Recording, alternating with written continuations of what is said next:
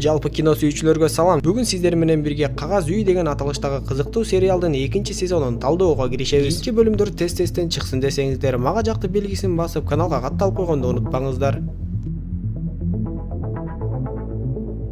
Ушентип профессордун башына караңгы түн түшкөнсүп, канча убакыттан бери даярданып келген идеалдуу планы мына бузулган турат окшойт. Полициялар имараттын ичин оң тетрисинен тинтип, бардык далилдерди чогултуп жатышат. Анан да баягы дарканадан уурдалган иш кагаздардын бир бөлүгү ушул жерден табылып, Ракель ал кылмышкердин бул жерде жакында эле болгонун сезип, 10 чакырым алыстыктагы бардык постторду жабууну буйрат. Бирок Ракель эмнегедир эле дагы эле кылмышкерлердин куйругунан баса албай калгандай болуп, кылмышкерлер биздин дагы эле башыбызды айландырып жатабы деген ойго келди. Ал сезгендей эле профессор мунун бардыгын уюштуруп, бул имаратка бир нече саат мурун келип, Берлин, Токио жана Рионун гана бармак издерин калтырып, калган бармак издердин бардыгын тазалап, ал эми кээ бир идиштерге таптакыр эле тиешеси жок адамдардын бармак издерин калтырып коет. Мындай көрүнүштөн кийин биз профессордун чындап эле дагы бир кадам алдыда экенин түшүнөбүз. Ал эми кылмышкерлер болсо акчаларды чыгара берип, акчага көмүлгөнү деле калышты окшойт. Бир кезде эле профессор кетмекчи болуп, ал Ракельге келет да, мен жолго чыгып автобус тосуп кете берейин десе, Ракель ага азыр бул жердеги полициялар шаарды көздөй кетишет, сен ошолордун унаасына түшүп ал деп болбой коет. Дал ошол жерден Ракель профессор атайын таштап койгон чылымды таап алат. Бул кезде кылмышкерлер профессорго 3-чү жолу телефон чалып, бирок профессор телефонду көтөргөн жок. Алар мурун сырттан машыгып жүргөндө профессор аларга мага 6 саат сайын телефон чалып байланышка чыгып тургула. Биринчисинде байланышка чыкпасам, экинчисинде чыгам, же болбосо үчүнчүсүндө байланышка чыгам. А бирок дагы 6 саат өтүп, силер мага байланышка чыкканда мен жооп бербесем, анда бул кезде сыртта сөзсүз бир нерсе болот. Балким мен ошол учурда полицияларга сурак берип отуруп калган болушум мүмкүн деп айтат. Анда Берлин команданы тынчтандырып, биз 6 сааттан кийин дагы бир жолу профессорго байланышка чыгабыз жана ал бизге жооп берет деп коет. Бирок баягы эле кызууганды Токио Берлинге каршы чыгып, ал Берлинге профессордон 18 саат бою кабар жок. Биз сыртта эмне болуп жатканын билбейбиз. Балким полициялар бизди басып алгалы жаткандыр десе, Берлин ага болбой эле биз профессорго 4-чү жолу чалабыз деп коет. Бул кезде Ракель өзүнө өзү анча ишене албай, аны жаман көрсө да мурунку криминалист күйөөсүн ишке чакырат. Ал өз ишин эң мыкты билген эксперт болчу. Анан да Анхель баягы профессордун кашыгын ушул адамга алып барып текшерткен эле. Эң эле өкүнүчтүүсү, азыр Анхель комада ойгонбой жатат. Ракель Альбертке Сальваны өзүнүн жигити катары тааныштырат. Анда Альберт дароо эле ишке киришели деп Ракель аны имараттын ичине алып кирет. Бир кезде эле Рио менен Токио ызы чууну баштап, сыналгыны жандырмакчы болушат. Токио башкаларга биз жок дегенде сыртта эмне болгон жаңылыктар болуп жатканын билишибиз керек деп айтат. Альберт Ракельге бул имаратта табылган маалыматтардын бардыгы бизге пайдасыз. Анткени кылмышкерлер өздөрү жөнүндө маалыматтарды жон гана ушинтип таштап коюудай алар келесоо эмес. Анхель бизден бир кадам алдыда болчу. Ал мага бир адамдын кашыгын алып келип берген. Ал кашыктагы бармак издер менен полиция унаасындагы бармак издер бир адамдыкы болуп чыкты. Анхель кашыкты кайдан алгандыгын сага айткан эмес беле деп Ракелден сураса, Ракель таң калып эле Анхель мага бул жөндө эч нерсе айткан эмес деп айтат. Анда Альберт чындап эле өзүнүн мыкты эксперт экендигин көрсөтүп, негизи эле кылмышкерлер ар кандай далилдерди өрттөп жок кылышат. Бирок оттун гүлүнөн да илинчек тапса болот деп эле ошол жакты текшере баштайт. Чыдамы кете баштаган профессор имараттын ичине кирип барып, Альберт жанагы гүлдүн арасынан чала күйүп өчүп алган сүрөттү таап чыгып жатканын көрүп калат. Тоноого бир күн калганда профессор өзүнүн сүрөттөрүн жок кылайын деп ошол жерге өртөп салганын эстейт. Ошол кичинекей эле кагаздан профессордун бармак издери чыгып калса, анын иши бардыгы ойрон болмок. Дал ушул учурда кылмышкерлер сыналгыны күйгүзүп, баягы имараттын алдында профессор полициялардын арасында жүргөнүн көрүшөт. Биздин профессор кармалып калган окшойт деп ойлонуп жатышса эле, ошол эле замат сыналгы өчүп көрсө, полициялар сыналгы менен болгон байланышты да үзүп салышыптыр. Анда Токио дароо эле ызы чууну баштап, биз бул жерден качышыбыз керек деп ага Рио менен Денвер кошулуп алат. Анда албетте Берлин ага каршы туруп, бул нерсени биз добушка коебуз десе, Москва менен Хельсинки биз профессорго ишенебиз деп Берлинге кошулушат. Ошентип алардын добуштары 3-3төн болуп тең-тең болуп калып, чечүүчү добуш Найробиге келип такалат. Анда Найробидагы профессорго ишенерин айтып, Берлин тарапка кошулуп кетет. Профессор Ракелди чакырып, шаар жака эч бир полиция унаасы кетпейт экен, мен автобус менен эле кете берейин десе, Альберт шаар жака лабораторияга жөнөп жатканын айтып, эгер макул болсоң мен ала кетем десе, профессор ага дароо макул болот. Кийинки көрүнүштө Хельсинки Ослону бир жерге алып барат да, аны менен коштошуп эле аны думуктуруп өлтүрүп салат. Анткени Хельсинкиде да мындан башка арга жок болуп калды. Ал эми Токио болсо дагы бир нерсени баштап эле, ал Рио жана Денверди кошуп алып, түз эле Берлиндин бөлмөсүнө кирип барышат да, аны куралсыздандырып кармап кетишет. Бул кезде профессор Альберттин унаасына түшүп, алар шаарды көзөй келе жатышат. Эми профессордун укмуштууда иштеген мээси дагы бир нерсени ойлонуштура баштап, ал жолдо бара жатканда бир жерден дааратканага барышым керек деп унааны токтоттуруп, дароо эле сарайдын аркасына кабинкасына барат дагы. Ал жердеги таштандынын арасынан калыңыраак кагаз издей баштайт. Бир аздан соң бир кагазды табат да анын жарымын өрттөп баштайт. Ал көпкө жоголгондуктан Альберт анын аркасынан издеп келип, бирок профессор ишин бүтүргөнгө жетишип калды. Алар андан ары жол жүрүп баштаганда эле профессор Альбертке: "Сен убагында Ракелди таштап анын эжеси менен жүрүп кеткен турбайсыңбы? Көрсө сен адам деле эмес турбайсыңбы?" деп Альбертти жиндиге теңеп баштайт. Бул сөздөр Альбертке аябай эле катуу тийип, ал ачууланып дароо эле унааны токтотот да ал профессорго кыйкырып: "Унадан түш, эркекче сүйлөшөбүз" деп талаага чакырат. Бул кезде Токио, Рио жана Денвер үчөө Берлинди бир бөлмөгө алып келип байлап коюшат да Токио Берлиндин күнүгө колдонуучу дарыларын биринин артынан бирин сындырып эле профессор убагында аларга: "Эгер мен полицияларга кармалып калсам, силер Чернобыль планын колдонгула" деп айткан эле. Бирок ал Чернобыль планын Берлинден башка эч ким билбейт болчу. Ошондуктан Токио Берлиндин улам сайын бирден дарыларын сындырып эле Чернобыль планын айтып бер деп кыйнап жаткан. Анда Берлин Токиого: "Бул дарыларды сындыруу менен мени коркута албайсың. Мени коркутуу үчүн кичине башкачараак план ойлоп тапчы" деп каткырат. Анда Токио жанагы айлантма тапанчасын алат да ичине бир окту салып айлантып жиберип Берлинге такайт. Берлин дагы эле ага ишенбей жатса, Токио машаны басып жиберип, бактыга жараша ок жок болуп чыгат. Ал эми бул кезде Альберт урушту баштамакчы болуп, бирок профессор эч эле сыр бербейт. Ушул жерден профессордун дагы бир таланты ачылып, ал буга чейинки бөлүмдөрдө кунг-фу сыяктуу спорттун түрү менен машыгып жүргөнүн көргөн эле. Ал өзүнүн эпчил кыймылдарын колдонот да Альберттин бир заматта эле эсин оодарып коет. Токио болсо жанагы тапанчасын кайра-кайра айлантып, кайра-кайра машаны баскылап жатат. Бирок Берлиндин бактысына ок кайра-кайра туура келбей, атылбай калып жатты. Эшиктин артынан Найроби келип: "Силер эмне кылып жатасыңар? Эшикти ачкыла" деп Токиого кыйкырат. Анда Токио ого бетер Найробинин да жинине тиет. Профессор болсо шашпастан Альберттин далилдерди салган сандыкчасын ачат да жанагы гүлдүн арасынан табылган сүрөттүн күйүндүсүн алып ыргытып, анын ордуна өзү жаңы эле жолдон жасаган кагаздын күйүндүсүн салып коет. Токио Берлинди дагы бир жолу атайын деп калганда Москва эшикти талкалап кирет. Найроби эч коркпостон келип Токиону куралсыздандырат. Бир кезде Альберт көзүн ачып эле маңдайында турган профессорду көрөт. Профессор болсо эч нерсе болбогон кишидей болуп кайра Альберттен кечирим сурап койду. Анда Альберт тапанчасын алып чыгып,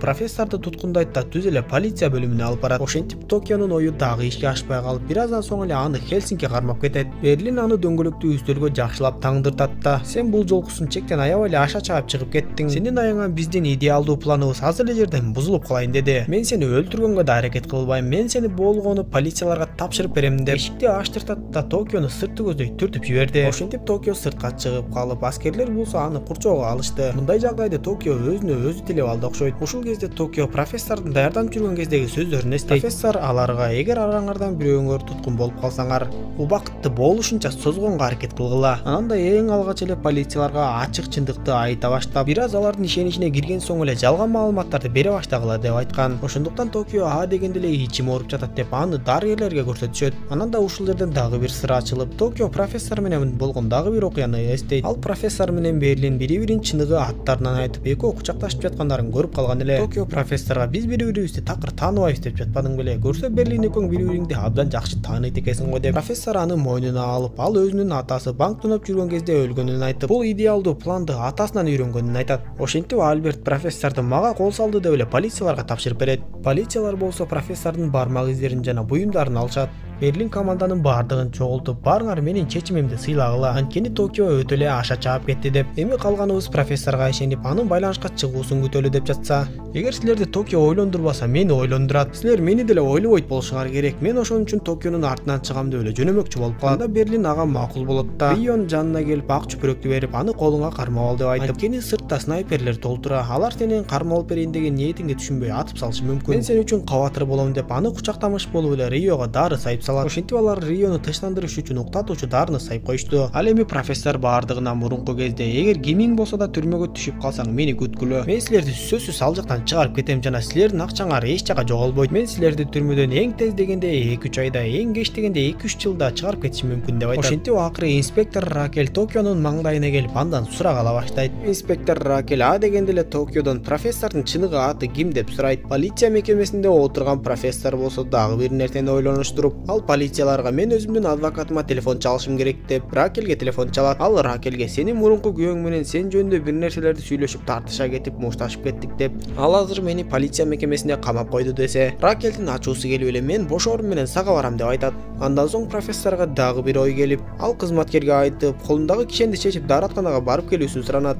Эми Найробида Берлинге каршы боло баштап, мен көпчүлүктүн көзүнчө атайын ызы чуу болуп кетпесин деп тынч отурдум. Бирок сенин бул кылган кылыктарың таптакыр эле туура туура эмес деп айтат. Анда Берлин Найробинин оозун жаап, бул жерде мен башчымынбы же сен башчысыңбы деп коет. Ракел Токиодон ар нерселерди билгенге аракет кылып, эгер сен бардыгын ачык айтсаң, биз сенин кылмыш жазаңды аябай эле жеңилдетебиз деп айтат. Негизи Токио өч алуу үчүн бардыгын ачык эле айтып салмак, бирок аны жалгыз гана имараттын ичиндеги Рио ойлондуруп турду. Бул кезде Рио дагы уйкусунан ойгонот. Найроби аны тынчтандырып, Рио болбой эле Берлинге каршы боло бере тургандыгын түшүнүп, ал Риого сен акылың менен ойлон, биз Берлинди токтотуунун башка да жолдорун ойлонолу дейт. Кызматкер профессордун колундагы кишенин чечип дааратканага киргизет. Профессор болсо ал жактан катуу заттарды табат да өзүнүн денесин кайра ургулап көгөртүп салат. Бир канча убакыт өтүп ал жака Ракел жетип келип, профессор болсо ага бардыгы жакшы экендигин айтып, ичим гана бир аз ооруп калды деп коет. Анда Ракел дароо эле анын кийимин чечип ичин көрүп, дароо эле Альберттин бөлмөсүнө кирип барат да ызы чуу сала баштайт. Альберт эч нерсеге түшүнбөй, мен ага тийген жокмун, тескерисинче ал мага кол салды десе, Ракел аны сыртка алып чыгып, профессордун денесиндеги жараттарын көрсөтөт.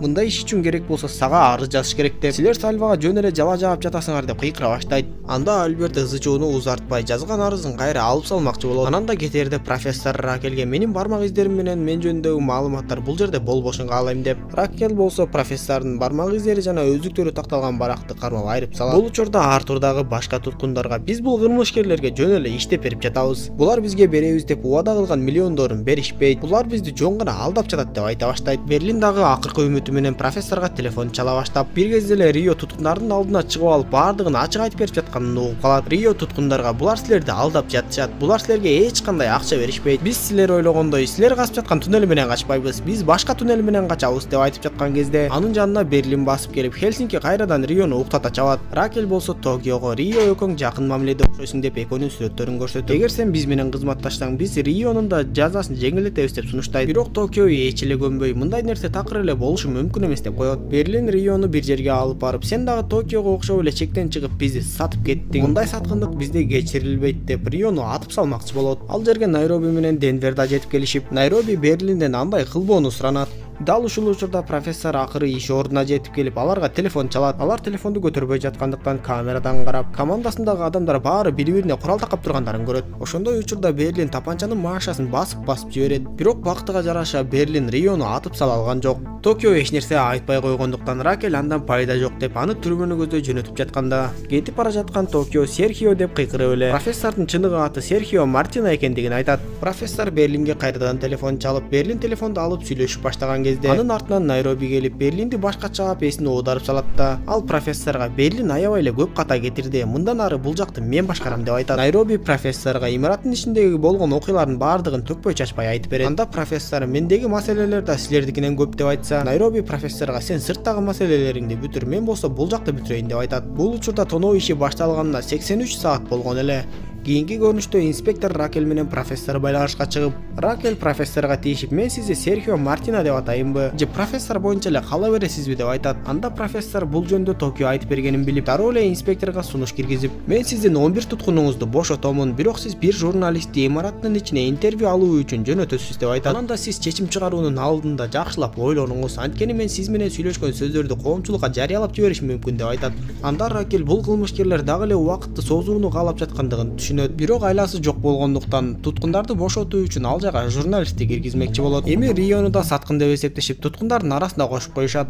Анда амалкөй Артур эптеп кылмышкерлердин бир тапанчасын тартып алып, бул имараттан качып чыгып кетүүнүн планын ойлонуштура баштайт. Таң калыштуусу Рио дагы тезинен сыртка чыккысы келдиби Айтор, дароо эле туткундарга жардам берүүнү баштады. Эсине келген Берлинге Найроби суроолорун берип, мен профессор менен сүйлөштүм, мындан ары бул жерде мен башчылык кылам деп, сен буга макулсуңбу деп сураса, Берлин көп ойлонбой эле ага макулдугун билдирип, бардык берилген буйруктарды аткарарын айтат. Бул учурда Артур өзүнүн планын баштап, эч кимге көрүнбөй бир бөлмөгө барып, баягы оюнчук тапанчалардын бирин чөнтөгүнө салып келет да, ишти андан ары уланта башташат. Ал эми профессор менен Ракелдин ортосунда ачык сүйлөшүү болуп, сен тезирээк бул тоноочулардын ишин бүтүрсөң, биз сенин апаң менен кызыңды алып алыскы өлкөлөргө барып, мындан ары жаңы жашоо баштайлы деп айтат. Ракел дагы ага көңүлдөнгөндөй болду. Айтор иликтөө иштерин тездете баштады. Журналистке интервьюну ким берет деп сүйлөшүшүп, интервьюну Берлин бермей болот. Ал эми инспектор Ракел полициялардан суранып, бир ишти пландап башташты. Ракел кылмышкерлердин сырттагы адамын кармоону пландайт. Биз жаңылыктардан Анкелдин эсине келгенин жарыялайбыз. Аны уккан кылмышкерлердин сырттагы адамы Анкелди өлтүрүү үчүн келет. Биз болсо бардыгын кылдаттык менен даярдап коебуз да, аны кармап калабыз деп айтат. Бул кезде Артурдун планы да акырындан орундалып барат. Анткени Моника менен Денвердин мамилеси токтоп үзүлгөндөн кийин Моника дагы дагы сыртка качып чыгуу үчүн Артурдун планына макул болот. Денвер адаттагыдай эле Мониканын жаратын дарылоо үчүн келгенде Моника ага билдирбей Артурдун оюнчук тапанчасын Денвердин чыныгы тапанчасына алмаштырып алат. Ошентип эми чыныгы тапанча Артурдун колуна да жетип келди. Артур болсо дароо эле имараттан качып чыкканга камына баштады.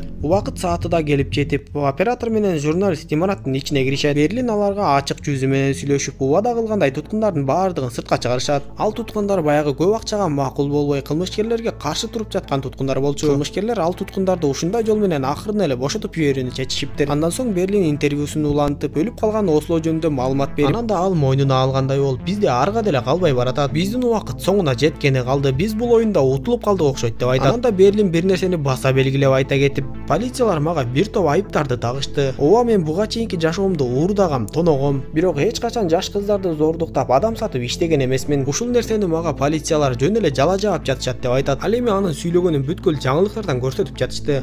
Андан соң профессор Найробиге телефон чалат да мени Берлин менен сүйлөштүрүп кой деп айтат. Берлин телефонду алган кезде профессор ага жаңылыктардан Анхелдин эсине келгендиги жөнүндө айтып жатышат. Мен эмне кылышым керек деп сурап, сен бул жөнүндө кандай ойлойсуң деп сураса, Берлин ага жооп берип, бул 99,9% сени кармап алуу үчүн тузак болушу мүмкүн. Бирок бизде Анхел ойгонбой калат деген кепилдик дагы жок. Ошондуктан сен баардыгын кылдаттык менен байкап бул ишти бүтүр деп айтат. Анда ойлонуп отурган профессор бир кезде кандай кылышты билдиби Айтор. Ал жөнүндө Берлинге айтып эле шахмат тактасындагы атты оюндан чыгарып коет. Күндүн башында Найроби имаратта калган туткундарга биз өз убадабызга туруп баягы боштондукту каалаган туткундарды сыртка чыгардык. Биз эч кимди алдабайбыз жана силерге бере турган акчаны да сөзсүз түрдө беребиз деп айтат. Ал эми профессор болсо алдыда боло турчу нерсеге даярданып, өзгөчө кийимдерин кийип бетин боеп жатканын көрөбүз. Ошол эле учурда Ракель жана башка полициялар кылдаттык менен кылмышкерди күтүп жатышат. Бир кезде эле алар такыр күтпөгөн нерсе башталып, оорукананын ичине эле ар кандай маскара постор кире башташат. Оорукананын ичине маскара постор толуп кетип, алардын арасында профессор дагы бар болчу. Ракелдин буйругу менен ал жердеги маскара посторду тезинен кетиргенге аракет кыла башташат. Көрсө кимдир бирөө дал ушул дареке маскара постордун кастингге өтөт деген жалган маалыматты таратып коюптур. Ошентип алар ызы чуу болуп жаткан кезде профессор көзүнө камера орнотулган оюнчукту көтөрүп алып, балдардын бөлмөсүнө кирип барат да аларды кызыктырып маскара посттун ролун ойноп, келгиле ойун ойнойбуз деп чакырат. Бир кезде Анхел жаткан бөлмөнүн эшиги ачыла баштайт. Бирок ал жерде эч кандай Анхел эмес эле полиция адамы жаткан болчу. Алар дароо эле тапанчаларын даярдашып, бирок эшиктен профессордун оюнчугун көтөргөн бала кирип келгенин көрөбүз. Полициялар эч эле бир нерсеге түшүнбөй калып, бул кезде курчактагы камерадан баардыгын көрүп койгон профессор шайтан арабасына минип эле шуулдап жок болуп кетти. Ошентип Ракель бул жолу да алданганын түшүнүп калды. Бул кезде Артур командасы менен шыбырашып сүйлөшүп, азыр бул жерден Хельсинки кетери менен эшикти ачабыз да чыгып жөнөйбүз. Денвердин колунда оюнчук тапанча болгондуктан ал бизге эч нерсе кыла албайт деп айтат. Найроби менен Берлин Рионун жанына келишип, анын байланган колун чечишет да сен биз менен болушуң керек деп айтып, учурда профессор дагы Токиону бошотуп кеткенге аракет кылып жатат деп айтышат. Бул кезде Артур ордунан туруп оозду көзөй жөнөп бараткан эле. Денвер ага кыйкырса болбой, Артур эч эле тоготпостон кете берет. Бир кезде Артур чөнтөгүндөгү тапанчасын алып чыгып Денверге такап, меники чыныгы тапанча, сеники оюнчук десе, Денвер ага ишенбей тапанчасын алып чыгып текшерип атып көрүп, анын тапанчасын Моника алмаштырып кеткенин түшүнөт. Эми Артур Денвердин өзүн туткундап алат. Ошол кезде гана Рио өз командасына ачуусу тарап кетти. Айтор туткундар качканы жатат деп кыйкырып эле чуркап кетет. Бул кезде Артур Моникага баскычты басып эшикти ач деп кыйкырат. Рио болсо компьютерден эшикти ачылбай калгыдай кылып жазап жатат. Ошентип Рио жетишип кетет да Моника баскычты басса эле эшик ачылбай калат. Рио жана башкалар чыгып келишип Артурдан тапанчаны таштоону талап кылышат. Бирок Артур чынданып алганбы Айтор Денверди атып салаарын айтып коркутат. Ошентип ызы чуу болуп турган кезде Артур турган жеринен кулап түштү. Көрсө Моника Артурду темир менен башкача алып салыптыр. Ракель ашканага келгенде ага бир сүрөттөрдү берип кетишет. Ал сүрөттөр өзгөчө кооз деңиз жээгинде тартылган. Аңгыча анын жанына профессор келет да ал Ракельге биз экөөбүз буюрса ушул жака барабыз деп айтат. Ошол жерде экөө сүйлөшүп отурган кезде эле Ракелдин мээси иштеп кетти. Айтор буга чейинки белгисиз болуп турган нерселердин баардыгы Сальвага дал келип турду. Ал дароо эле дааратканага кирет да өзүнө өзү ишенбей, кылмышкер чындап эле Сальвабы деп кайра суроо берип, анан да ар кимге телефон чалып кээ бир маалыматтарды тактап жатты. Эми кандай гана маалыматты билбесин, Сальвага өтө эле бир дал келүүлөр болуп, көрсө Анхел убагында Сальвадан шектенип, анын кашыгын алып барып текшерткендигин Ракель жакшы түшүнүп калды. Профессор бардыгына: силер убакытты болушунча созгонго аракет кылгыла. Полициялар силерден эч кандай жыйынтык чыкпаган соң силерди сотко жөнөтөт. Ал эми силерди сотко алып бара жатканда мен силерди бошотуп кетүү үчүн чоң мүмкүнчүлүк болот деп айткан. Дал ошондой болуп Токиону сотко алып жөнөштү. Ал профессор чындап эле мени куткарып кете алабы деп шектенип турган мезгили Ракель Альбертке телефон чалып: баягыда Сальва экөөңдүн ортоңдо эмне болду эле, бардыгын ачык айт десе. Альберт ага карганып: мен ага эч нерсе кылган эмесмин, тескерисинче ал мени кантип уктатып койгонун өзүм түшүнбөй калдым деп айтып, анан да баягы өрттөнгөн сүрөттөн эч кандай илинчек таппай койгонун айтат. Ракель телефонду дароо өчүрүп салганда Альберт дагы бир нерседен шектенип, баягы Сальва кармаган идишти текшерип, анан да өзүнүн унаасындагы Сальва кармаган жерлерден анын бармак издерин тапканга аракет кыла баштайт. Ошентип Ракель Сальваны алдап, аны дааратканага киргизет да тапанчасын такап: эми мен бүт бардыгын билемин, мени дагы бир жолу жаш баладай кылып алдайм деп ойлобой эле кой деп анын колуна кишен тагып, бул жөнүндө полицияларга билдирерден мурда өзү Сальва жөнүндө бардыгын билгиси келди. Моника чыккынчылык кылып кылмышкерлерге жардам бергендиги үчүн бул жактан чыккандан кийин сөзсүз түрмөгө отура турган болуп, ал Денверди сүйө тургандыгын дагы бир жолу далилдегендиктен Денвер Моникага жасалма документ жасамакчы болуп, өзү менен бирге алып кетем деп баштайт. Кийинки көрүнүштө Ракель профессорду баягы имаратка алып келгенин көрөбүз. Кылмышкерлер болсо тоноо иши башталгандан бери уйкудан аябай кыйналып жүрүшөт. Бир гана Берлин башчылык жумуштан бошогондон бери уйкуну кандырды окшойт. Ал туткундарга өтө эле ачуулуу мамиле кылып жаткан Найробиге келет да башчылыкты кайрадан өзүнө алат да Найробини эс алууга жөнөтөт. Берлин туткундарды бул жолу катуу коркутуп, экинчи мындай иштерди кылбасын деп Артурдун денесине бомбаны орнотуп салышат. Ракель болсо профессорду баягы имаратка чынжырлап асып коет да: сен бул тоноо ишин бүт бардыгын алдын ала пландаптырсың, ошол пландын ичине мен да киремби деп сураса, бул негизи планда жок нерсе болчу, мен мындай кылбашым керек эле, бирок байкоосуздан эле сени сүйүп калдым деп айтат. Анда Ракель алдаба деп кыйкырып, профессорду кайра жаакка чапкыласа болбой, мен сени чын эле сүйүп калдым деп кайталай берет.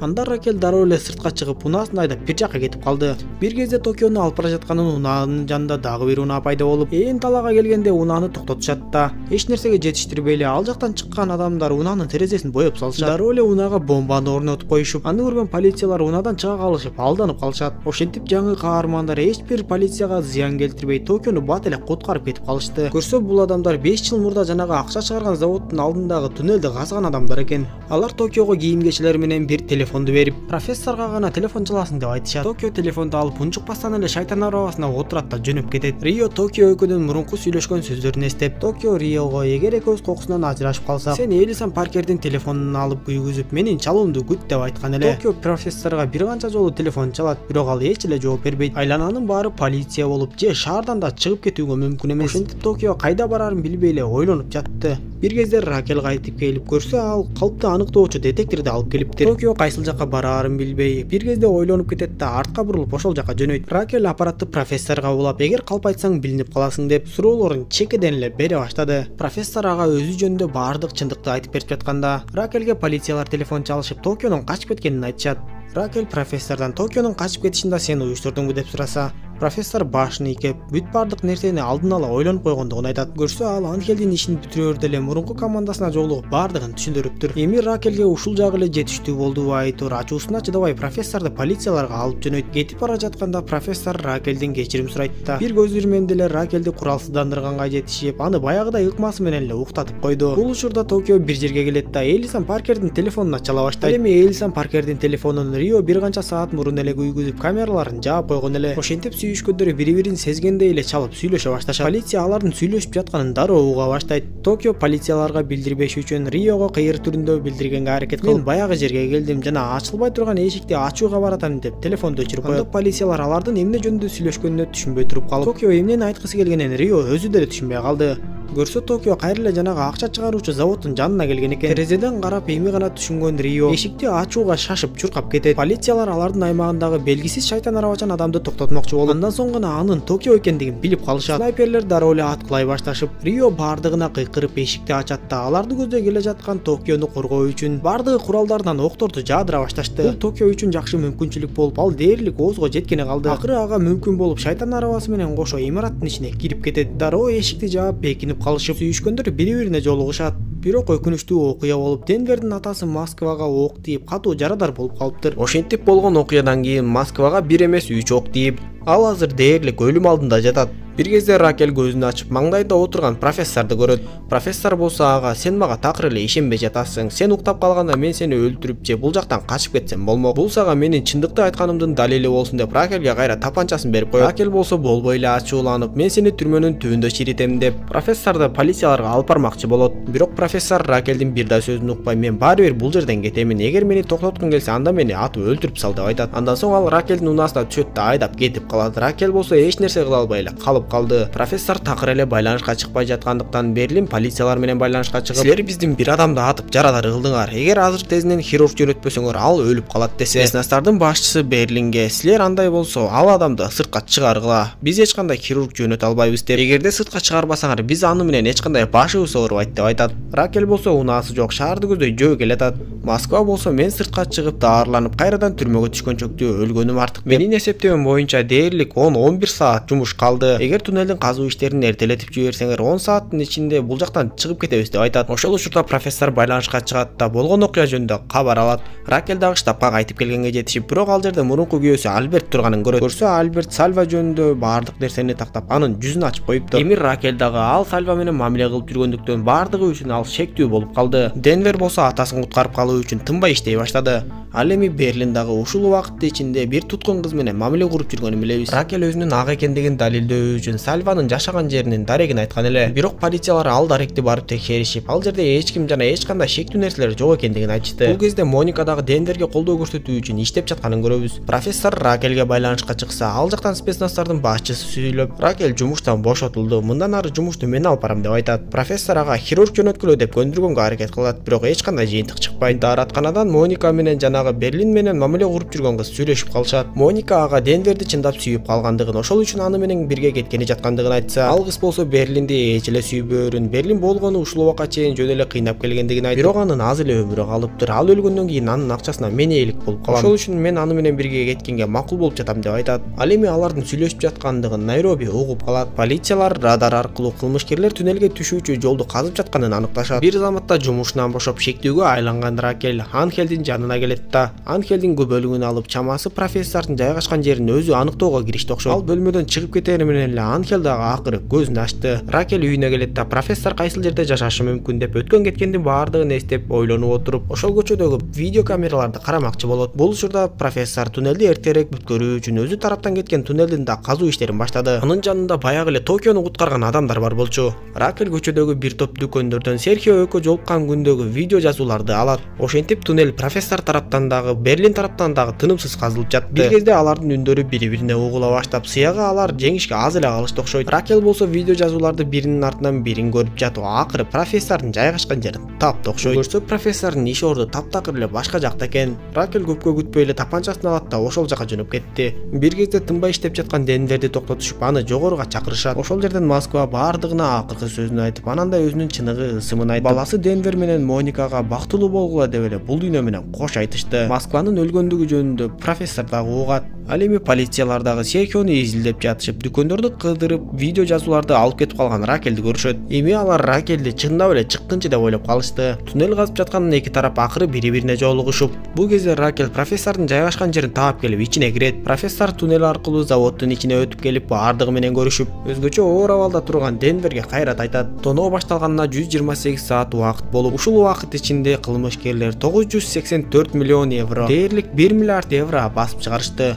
Спецназдар туннелге киришип, кылмышкерлер казып чыгып келе жаткан жактан тосуп алмакчы болушат. Анан да спецназдардын башчысы: "Ушунча убакыт созулуп келгенибиз жетиштүү. Тезинен жакынкы сааттар аралыгында эмнеси болсо да имаратка бастырып киребиз" деп айтат. Артка кайтып келген профессор алар курчоону башташты деп, акчаларды ташууну баштагыла деп буйрук берет. Дал ошол учурда анын аркасынан Ракель тапанчасын такап калганын көрөбүз. Хельсинки Артурдун денесиндеги жасалма бомбаны алып ыргытат да, дээрлик казып туннелди бүткөнү калган башка туткундардын арасына кошот. Ракель тапанчасын профессорго такап, аны кайрадан алып кетмекчи болуп жатканда, ал жерден профессордун жанындагы туннел казып жаткан адамдар чыгышат да, алардын бири билгизбей Ракелдин аркасынан келип аны кармап калганга жетишет. Ал эми кылмышкерлер туткундардын да күчүн пайдаланып акчаны ташууга киришишти. Профессор Ракелди байлап койгондо Ракель анын колун тиштеп алат. Анан да кайрадан Ракелди сүйөрүн айтып, негизинен биз эч кандай деле жаман иш жасаган жокпуз. Биз жөнөкөй адамдар акча жасасак кылмыш, ал эми бийликтегилер акча жасаса кылмыш эмеспи? Өзүң деле жакшылап ойлонуп көрсөң, буга чейин эле Борбордук Европа банкы биздикинен 2 эсе 3 эсе келген акчаларды жөндөн жөн эле бастырып чыгарышкан. Ал акчалар кайда кетти? Албетте Маймановдордун гана чөнтөгүнө. Аларга караганда баштаганда биз өзүбүздүн өлкөбүздүн экономикасына чоң салым кошкон болобуз жана эч кимден эч кандай эч нерсе уурдап тоногон болбойбуз деп айтат. Ошондо гана Ракель көп нерсени түшүнгөндөй болуп, профессордун акылына баа бердиби айтор. Ал профессорго мен сени мененмин деп айтып, өзүнүн сүйүүсүн да жашыра албай профессорду өөп жиберди. Анан да ага Анхель телефон чалып калып өзүнө чакырат. Эми Ракель профессордон суранып, мен Анхелге барышым керек десе, Серхио Ракельге ишенип эле аны кое берип жиберди. Ал эми Найроби болсо Берлинге жанагы кыз сенин акчаң үчүн гана сени менен мамиле куруп жүрөт. Мен аны өз кулактарым менен уктум деп айтып салат. Полициялар Ракельди кармоо үчүн анын телефонунда аңдышып, анын телефонуна Анхель чалганын билип калышат. Демек Ракель Анхелге барат деп дароо ал жака полицияларды жөнөтүшөт. Токио менен Рио план боюнча туннелге түшүп бараткан жака көптөгөн бомбаларды орнотуп жатышат. Ракель дароо эле Анхелдин жанына ооруканага келди. Ал дароо эле Анхелден кечирим сурап, эмне үчүн мени эң биринчи чакырдың десе, Анхель аны өзүнө суроо берип, эмне үчүн сени жумуштан бошотуп салышты, жанагы Сальва үчүнбү, сен аны чындап эле сүйөсүңбү деп сураса, Ракель унчукпай калгандыктан Анхель бардыгын түшүнүп калды. Ракель ага мен адилеттүүлүк жөнүндө бардыгын түшүндүм. Жана Сальва жөнүндө да көп нерсе билем. Мен анын шаардагы жайгашкан жерин да таптым, бирок ал жөнүндө полицияларга айтпоону чечтим деп айтып жаткан кезде, ал жерге полициялар кирип келип эле Ракельди кармап кетишет. Бир кезде катуу жарылуу болуп, сырттан спецназдар каптап кире башташты. Рио менен Токио аларга каршы ок жаадырышып, улам сайын артты көздөй чегинип баратышты. Бир кезде алар дээрлик кармалайын деп калганда Денвер жардамга келип, алар андан ары чегинип кетүүгө мүмкүн болду. Анхелге спецназардын башчысы телефон чалып, сен бардыгын билесиң, Серхионун жайгашкан жери каякта деп сураса, Анхель кайра эле Ракельге жан тартып, эч нерсе эсимде жок деп коет. Анда эмне үчүн эң алгач эле жаныңа Ракельди чакырдың десе, анткени ал менин эң жакын досум деп жооп берет. Аскерлер бет капчан кызыл кийимчен адамдардын жанына келишип, алардын бет каптарын чечтиришсе, бүт бардыгы туткундар экен. Ошентип узак убакыттан кийин бардык туткундар аман эсен бошотулушту. Ал эми спецназдар болсо кылмышкерлердин артынан туннелге кеткен жолду көздөй баратышып, ал жерде бир канча бомбалар орнотулганын көрүшөт. Ал эми туннелде күтүп жаткан башка спецназдар болсо радардан карап эле аларды көздөй 6 адам туннелди тешип чыккана калганын көрүшөт. Анда спецназардын башчысы кылмышкерлердин күнү бүттү, булак кармалды деп жаткан кезде, жанагы туннелди тешип чыккан адамдар эч кандай кылмышкерлер эмес эле Артур баш болгон туткундар болуп чыкты. Көрсө кылмышкерлер полицияларды бул жерден дагы бир жолу алдашып, туткундар казып жаткан туннел башка. Ал эми эч кимге билгизбей кылмышкерлер өздөрү казып жаткан туннел таптакыр башка болуп чыгат. Ал туннел албетте радар менен аныктоого мүмкүн болбогон алыстыктагы. Кылмышкерлер жалаң гана колу менен казып чыккан туннел болчу. Жана ал туннелдин этеги профессордун иш ордунан чыкмак. Бирок туткундардын арасындагы качып чыккан Элисан Паркер спецназардын башчысына, кылмышкерлер өздөрү качып жаткан туннел таптакыр башка экенин, биз ал жака акчаны ташып жатып көрдүк деп, ошол туннелге кирип кетчү бөлмөдөгү сейфти айтат. Анда спецназардын башчысы аскерлерди башка жакта туннел бар экендигин айтып, ошол жака жөнөтөт. Спецназдар алардын артынан кууп келип калганын көргөн Берлин башкаларды кетирип жиберет да өзүнүн кызы менен бирге спецназарды аз убакытка болсо да токтотуп турмакчы болот. Ал баягы чоң пулемотду алат да бурчка туруп алып аскерлерди аткылап эч эле өткөрбөй койду. Спецназардын башчысы болсо ал жерге алып келишкен Ракельди көрүп, сен азыр мага Серхионун жайгашкан жерин айтасың, же болбосо сага кылмыш иши козголот. Эгер сага кылмыш иши козголо турган болсо, сенин кызың сенде эмес, атасында болушу керек деп айтып, сен азыр Серхионун жайгашкан жерин айтсаң, мен сенин кылмыштуу иштериңе көз жумуп коем деп айтып, ошол жерден Ракель же кызын же Серхиону тандаш керек болуп калат. Бир аз ойлонгон Ракель Серхионун жайгашкан дарегин айтып салат. Ал эми аскерлер бул кезде Берлинди көздөй бомбаны ыргытып жардырып, бирок Берлин кайра эле мылтыктарын көтөрүп чыгып аскерлерди аткылай баштайт. Профессор Берлинге байланышка чыгат да, сен туннелден өтүп чуркап келе бер, биз туннелди жардырып жиберебиз да алар өтө албай калышат деп айтса, Берлин ага таакыр эле көнбөй кеч болуп калгандыгын айтып атышып жатыр. Бир кезде ага бир канча ок тиет да ал дагы жан берет. Мындай көрүнүштөн кийин профессордун көзүнөн жаш куюлуп жатканын көрөбүз. Ал эми полициялар болсо айтылган дарекке тез арада жетип келишип, бирок имараттын ичине кирип эч нерсени таба алышкан жок. Көрсө профессор менен Хельсинки акчалардын бардыгын улаага жүктөшүп, полициялар келердин алдында гана ал жерден чыгып кетишиптир. Ал эми калгандары андан мурунураак эле имараттан бир-бирден чыгышып, чилдей тарап кеткен болушат. Ошентип профессордун идеалдуу планы кээ бир гана кемчиликтери болбосо чындыгында идеалдуу аяктады окшойт. Ошол күндөн тарта 1 жыл убакыт өтүп, бул кезде Ракель өз жумушунан бошогон жана ага эч кандай кылмыш иши тагылган жок. Бир күнү ал баягы Серхио берген сүрөттөрдү карап жатып эле Серхио ага табышмак таштап кеткенин билет. Акылдуу Ракель табышмактын жандырмагын дароо табат да башка өлкөгө өтүп Серхио сыр кылып сактаган жерди таап келет. Ошол жерден профессор пайда болуп, Ракель экөө бири-бирине тигилип калган жеринен экинчи сезон соңуна чыгып калды достор. Эгер кийинки сезондору да чыксын десеңиздер, каналга катталып көбүрөөк дос тааныштарыңыз менен бөлүшүп комментарий жаза кетиңиз. Кийинки сезондон көрүшкөнчө саламатта болуңуздар.